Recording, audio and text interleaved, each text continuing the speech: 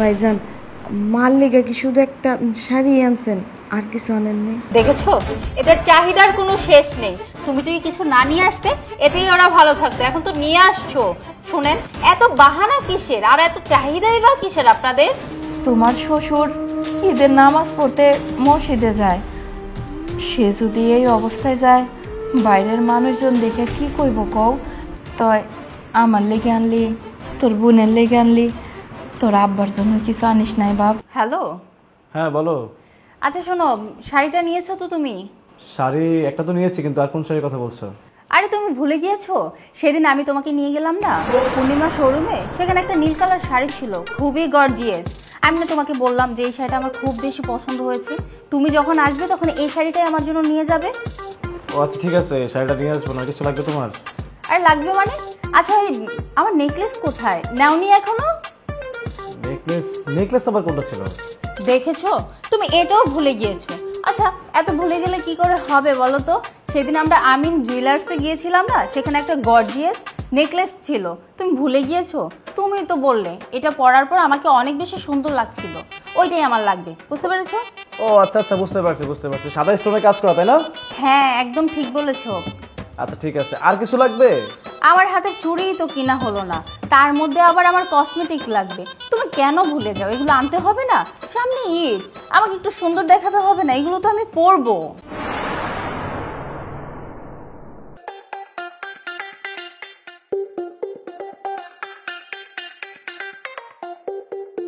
এবারের ঈদটা আমার সেই হবে, সবকিছুই তো পাচ্ছি, তা আবার নিজের মনের মতো। কই সোনিয়া, কই তুমি একটু আসো না, সব নিয়ে এসছি তো। সোনিয়া, আরে কই গেলা? সব শপিং করে নিয়ে আসতো, এখন খোঁজ খবর নাই। হ্যাঁ দেখি, কি নিয়ে আসছো? সব কিছু নিয়ে আসছি, কোনো কিছু ফেলে আসেনি। এই তোমার শাড়ি, এই হচ্ছে তোমার কি যেন বলছিলা, নেকলেস। এই যে এটা হচ্ছে তোমার। আচ্ছা ঠিক আছে, কষ্ট করে দেখাতে হবে না, তুমি আমাকে দাও, আমারটা আমি দেখে নেব।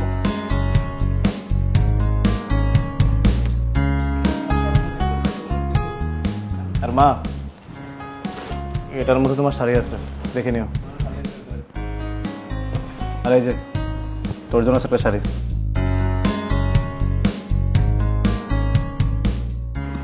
বাজান, তুই খালি ওর জন্য একটা শাড়ি আনছস, আর কিছু আনস নাই? ভাইজান, আপনি যে আমার লেগে শাড়িটা আনছেন, এটাই অনেক কিছু, আমার আর কিছু লাগবো না। আর মা, আমি এত কিছু কিনতে কারে দেখামু, কি করবো? আমি তো ঘরেই থাকবো, আমার এত কিছু লাগবো না। ভাইজান, মার লেগে কি শুধু একটা শাড়ি আনছেন, আর কিছু আনেননি? দেখেছো, এদের চাহিদার কোনো শেষ নেই। তুমি যদি কিছু না নিয়ে আসতে এতেই ওরা ভালো থাকতো, এখন তো নিয়ে আসছো। শুনেন, আপনার ছেলে কত টাকা ইনকাম করে? অল্প কয়েকটা টাকা।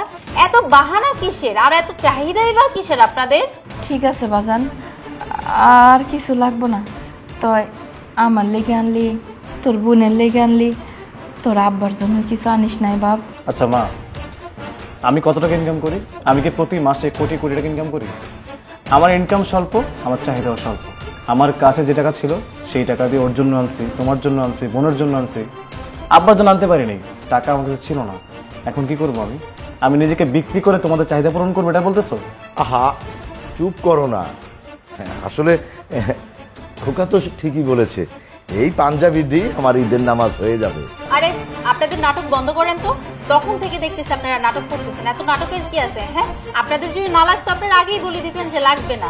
তাছাড়া বাবার তো পাঞ্জাবি আছে, আগের বছর তো বাবাকে পাঞ্জাবি দেওয়াই হয়েছে। আর ঈদ হচ্ছে একদিন, এমন ভাব করতেছেন মাসের পর মাস আপনাদেরকে কাপড় চোপড় কিনে দিতে হবে। আপনার ছেলে ইনকাম কত কষ্ট করে আপনার ছেলে, একটু মায়া হয় না আপনার? না বৌমা, আসলে কইতেছিলাম কি, আমরা তো ঘরেই থাকি, বাইরে তো আর ঈদের দিন যায় না। তোমার শ্বশুর ঈদের নামাজ পড়তে মসজিদে যায়, সে যদি এই অবস্থায় যায় বাইরের মানুষজন দেখে কি কইব কও? আমি কইতেছিলাম কি, এই শাড়িটা দোকানে ফেরত দিয়া তোর আব্বার লেগে একটা পাঞ্জাবি এনে দে। আবার তো পাঞ্জাবি আছে, আমি পর্যন্ত কম তো দিইনি, যখন যা পারছে দিছি তো। এখন আমার সামর্থ্য নেই, আনতে পারিনি। আমার বোর জন্য দেখো কত কিছু নিয়ে আসছি, তোমার জন্য আনলাম, ওর জন্য আনলাম। এত মানুষকে আমি একটা মানুষকে কন্ট্রোল করতে পারি? আমার একার পক্ষে এত মানুষের চাহিদা পূরণ করা কোনোভাবে সম্ভব না। আমার জন্য আমি কি নিছি? আমার জন্য 3টা পাঞ্জাবি নিছি, 2টা প্যান্ট নিছি আর 2টা টি শার্ট নিছি। আমি তো বেশি কিছু নিয়ে নিই। আর 3 জোড়া জুতা নিছি। আমি খুব বেশি কিছু নিয়ে ফেলছি? যতটুকু পারছি সবাইকে দেওয়ার চেষ্টা করছি। আর তুমি কি বললা এটা ফেরত দিয়ে আব্বার জন্য পাঞ্জাবি নিয়ে আসতো? এটা গ্রাম পাইছো যে গ্রামের বাজারে গেলাম, যে ফেরত দিলাম, একটা পাঞ্জাবি নিয়ে আসলাম? মা, এটা শহর, এখানে কোনো কিছু নিয়ে আসলে একটা দোকানে ফেরত দেওয়া যায় না। আর তোমাদের জন্য আমি খুব কম দামি কাপড়ও নিয়ে আসি নাই যে আমি ফুটপাতে যে ফেরত দিয়ে টাকাটা নিয়ে বাবার জন্য পাঞ্জাবি নিয়ে আসবো। এসব ইলজিক্যাল কথাবার্তা আমার কাছে বলতে আসবা না। খোকা, মাথা ঠান্ডা কর। আসলে খোকার মা, আমি একটা জিনিস লক্ষ্য করতেছি, বৌমার মনে হয় আমাদের জন্য সমস্যা হইতেছে। তা চলো আমরা গ্রামে চলে যাই। হ্যাঁ, আপনি একদম ঠিক বলেছেন। আমি তো রাজকে আগেই বলেছিলাম একবারে বাড়িতে সবাইকে আনার কোনো প্রয়োজন নেই। প্রথমে বাবা আসো, কিছুদিন পর মা আসবে, আর এখন তো এই যে ওর বোন হাজবেন্ড ছেড়ে দিল আর এখানেই চলে আসলো। আমার এমন মনে হচ্ছে যে এটা একটা এতিমখানা, একজনের পর একজন আসবে আর আমাদের ঘাড়ের উপর বসে বসে খাবে। আমি ঠিক আছে একটা চাকরি করতেছি, এমন না যে মাসে আমার লাখ টাকা ইনকাম।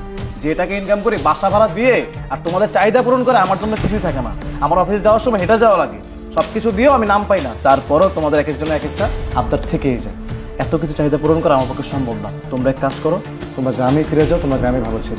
আমি প্রতি মাসে কিছু টাকা করে দিয়ে দিব, সেই টাকা দিয়ে তোমরা সুন্দর চলতে পারবে। শহরে এসে তোমাদের সবার চোখ বড় হয়ে গেছে, তোমাদের এখন অল্প তো হয় না। শাড়ি দিয়েছি, তাদের হচ্ছে না। এখন বাবার জন্য পাঞ্জাবিও নিয়ে আসো। খোকার মা, সময় নষ্ট না করে চলো আমরা চলেই যাই। ওঠো। দাঁড়াও তোমরা। কি ব্যাপার রাজ, চলে যাচ্ছে, যেতে দাও, দাঁড় করালে কেন? দাঁড়াতে বললাম কেন না?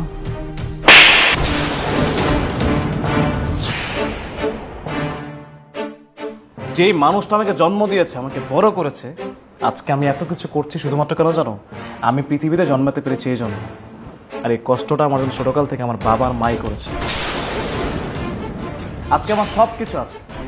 আজকে আমার সব কিছু থাকা সত্ত্বেও কি আমার বাবা মার জন্য আমি কোনো কিছু করতে পারছি না। কেন পারছি না জানো? তোমার মতো ডাইনিকে আমি বিয়ে করেছি। যদি একটা ভালো মেয়েকে বিয়ে করতাম, আজকে আমি সব কিছু বাবা মার জন্য করতে পারতাম। আমার বোন, ওর ডিভোর্স হয়ে গিয়েছে, ওর জামাইকে ছেড়ে চলে গিয়েছে। আমার বোন কম কষ্টে আমার কাছে আসে, আমার বোনকে আমার ফেলে দিতে হচ্ছে কেন? তাহলে ভাই হয়ে আমি আমার বোনের জন্য কি করতে পেরেছি? আর সন্তান হয়ে বাবা মার জন্য কি করতে পেরেছি? একটা ঈদের দিন, একটা ঈদ এসছে, আমার বাবা মার জন্য আমি শপিং করব।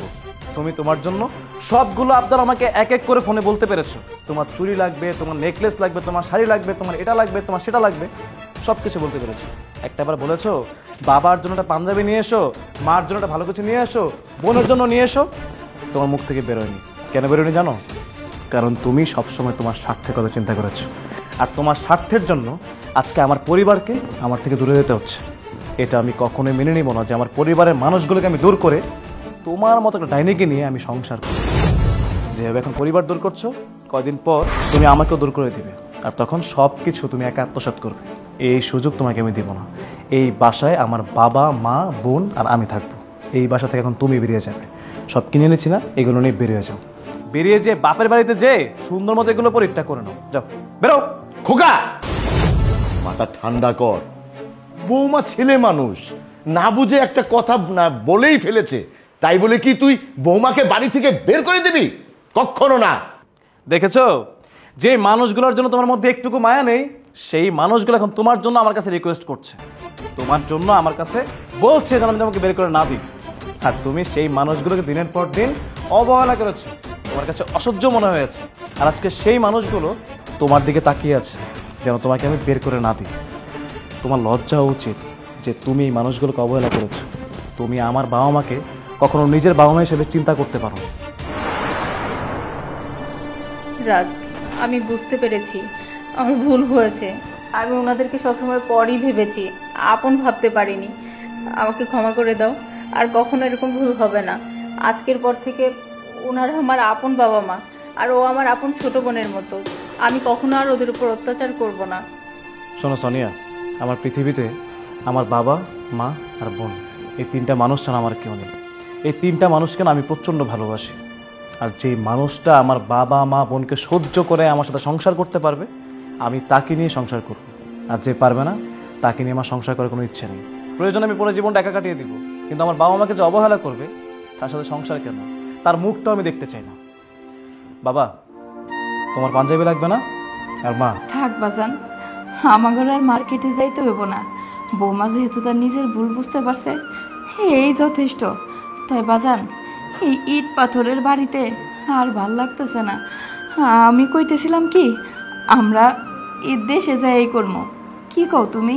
হ্যাঁ রে খোকা, তোর মা ঠিকই বলেছে। তোদের এই এই অট্টালিকায় থেকে থেকে না আমার দম বন্ধ হয়ে আসে। ছোটবেলা থেকে গ্রামে মানুষ হয়েছি, গ্রামের হাওয়া বাতাস না হলে আমি বাঁচবো না। তাই ভাবতেছি আমরা গ্রামেই চলে যাই, গ্রামেই ইটটা করব। একটা শর্ত আছে, তোমাদেরকে নিয়ে যে ইচ্ছা মতো শপিং করে দিব, তারপর সবাই গ্রামে যে খুশি ঈদ করবো, ঠিক আছে মা? পাগল ছেলে আমার।